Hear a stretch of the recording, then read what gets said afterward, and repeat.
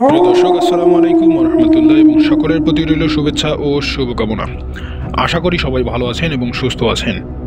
ভূতের গল্প পছন্দ করেন না এমন মানুষ খুঁজে পাওয়া দুষ্কর ব্যাপার। তাই আপনাদের সকলের প্রিয় ভৌতিক গল্প নিয়ে গল্পের ভূত 914 থেকে সাথে আছি আমি সাইফুল শাকিল। প্রিয় দর্শক, আমাদের গল্পগুলো যদি আপনাদের ভালো লাগে তাহলে আমাদের চ্যানেলটি সাবস্ক্রাইব করুন, লাইক, কমেন্ট এবং শেয়ার করুন। নিয়মিত আমাদের ভিডিওগুলো পেতে বেল আইকনে ক্লিক করুন। মনে রাখবেন, আপনাদের ভালোবাসাই আমাদের অনুপ্রেরণা। প্রিয় দর্শক, তাহলে কথা না বাড়িয়ে শুনতে থাকুন আপনাদের প্রিয় ভৌতিক গল্প, গল্পের ভূত 914। প্রিয় দর্শক, আজকের গল্প লোভ এ আপনাকে স্বাগত। আমি রফিকুল ইসলাম, আমার বাড়ি দিনাজপুরে। সঙ্গত কারণে গ্রামের নাম বলবো না। আমার গ্রামে একটি পালং গাছ আছে, দেখতে বট গাছের মতোই, কিন্তু জোর থাকে না। সেই পালং গাছের নিচে এক বৃদ্ধ লোককে স্বর্ণের হুক্কা খেতে দেখা যেত। গ্রামের অনেক মানুষ দেখেছে তাকে, কিন্তু সবাই জানে জায়গাটা অনেক হান্টেড। এখানে রাতের বেলা তো দূরের কথা, দিনের বেলাও যেতে ভয় পেত মানুষ। ওই পালং গাছের সাথে এক লোকের জমি ছিল। বিকেল বা সন্ধ্যার দিকে ওই জায়গায় সে প্রায় যেত। তো একদিন 3টা জিন তাকে 3টা টাকার হাড়ি দেখায়, বলে তুমি যদি আমাদের দলে চলে আসো তাহলে তোমাকে এই টাকাগুলো দিয়ে দেব। তো যথারীতি সেই ব্যক্তি টাকার লোভ হোক আর এমনি হোক রাজি হয়ে যায়। তো রাজি হওয়ার পরে তাকে জিন আর টাকাগুলো দেয় না। বিভিন্নভাবে আজ না হয় কাল ঘোরাতে থাকে। প্রায় 1 মাস লোকটাকে ঘোরায় তারা। তো লোকটা অবশেষে বিরক্ত হয়ে একজনের কাছে শেয়ার করে এবং সে কিভাবে সে টাকাগুলো নিয়ে আসবে এটি বলে।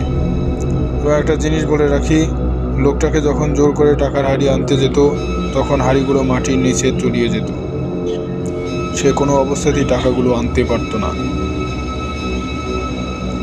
তার ওই পরিচিত লোকটা তাকে অ্যাডভাইস করলো, তুমি একটা কাজ করো, তুমি 3টা গরুর হাড় সাথে নিয়ে যাও। যদি তোমাকে টাকা দিতে না চায় তাহলে তুমি হাড় 3টি হাড়ির উপর রেখে দিবা। তো একদিন সে টাকার হাড়ি আনতে গেল। 2টি জিন রাজি হচ্ছিল, কিন্তু একটি জিন কিছুতেই রাজি হচ্ছিল না। লোকটা কাপড় থেকে হাড় 3টি বের করলো, যথারীতি হাড়িগুলোর উপরে রেখে দিল। এইবার আগের বারের মতো হাড়িগুলি নিচে তলিয়ে গেল না, শুধু কাঁপতে থাকলো এবং জিন 3টা গায়েব হয়ে গেল। তো সে যথারীতি আরাম করে হাড়ি 3টা উঠিয়ে নিয়ে আসে এবং একটি ঝোপের ভিতর লুকিয়ে রাখে, তারপর বাড়ি চলে যায়। এরপর রাতে তিনি সেখানে আসেন এবং হাড়ি 3টি নিয়ে নিজের ঘরের খাটের নিচে পুঁতে রাখে এবং তার স্ত্রীকে বলে জায়গাটা সুন্দর করে ভরাট করে দিতে, যেন কেউ বুঝতে না পারে। এর পরের দিন একটি ঘটনা ঘটে। সেই লোকটা কোনো এক কারণে পাগল হয়ে যায়। তখন গ্রামবাসী তাকে সুস্থ করার জন্য একজন হুজুর নিয়ে আসে। তো সেই হুজুরের 2টি স্ত্রী ছিল। একটি স্ত্রী ছিল মানুষ আর একটি নাকি ছিল জিনদের মেয়ে। যথারীতি সেই হুজুর চলে আসে, একটি বালতি নেয় এবং সেই বালতিতে কিছু পানি নেয় এবং গ্রাম থেকে একজন লোক নেয়। সে লোকের ভালো করে চোখ বেঁধে বলে পানিতে তাকাও। লোকটি চোখ বাঁধা অবস্থায় পানিতে তাকায় আর তিনি সব দেখতে পায় এবং সব বলে দেয় যে সেদিন কি ঘটেছিল। তারপরে সেই হুজুর বলে, আপনারা কি কেউ টাকা এনেছেন জিনের কাছ থেকে? তখন তার স্ত্রী বলে যে আমরা টাকা আনিনি, অর্থাৎ সে অস্বীকার করে। তখন গ্রামবাসী মনে করে যে হয়তো হুজুরটা মিথ্যে বলছে। তখন সেই হুজুর বলে, আপনারা যদি আমাকে বিশ্বাস না করেন তাহলে আপনারা 10 জন আসেন। আপনারা যদি এই বালতিটা উঁচু করতে পারেন, মাটি থেকে উপরে উঠাতে পারেন, তাহলে বুঝবেন আমি মিথ্যে বলছি। তো যথারীতি 10 জন লোক আসে এবং বালতির ভিতরে বাঁশ ঢুকিয়ে 10 জনে উঠানোর চেষ্টা করে, কিন্তু উঠাতে পারে না। তখন সেই হুজুর বলে, আমি সেই জিনগুলো ধরতে চেষ্টা করতেছি, হয়তো আমি জিনদের ধরতে পারবো না। তখন দেখা গেল ঘরের ভিতরে অনেক কিছুই ছিল, যেমন ধান, চাউল, আরও অনেক কিছু। এই আসবাবপত্রগুলো উড়ে উড়ে বাহিরে পড়তেছে একটি নির্দিষ্ট জায়গার ভিতরে। অবশেষে ঘরটা শান্ত হয়ে গেল। তখন হুজুর বলল, আমি ঘরটা শান্ত করে দিয়েছি, কিন্তু টাকা ফেরত না দেওয়া পর্যন্ত ওরা ছাড়বে না। যদি টাকা নিয়ে থাকেন ফেরত দিয়ে দেন। এরপর হুজুরকে বিদায় দেওয়া হলো।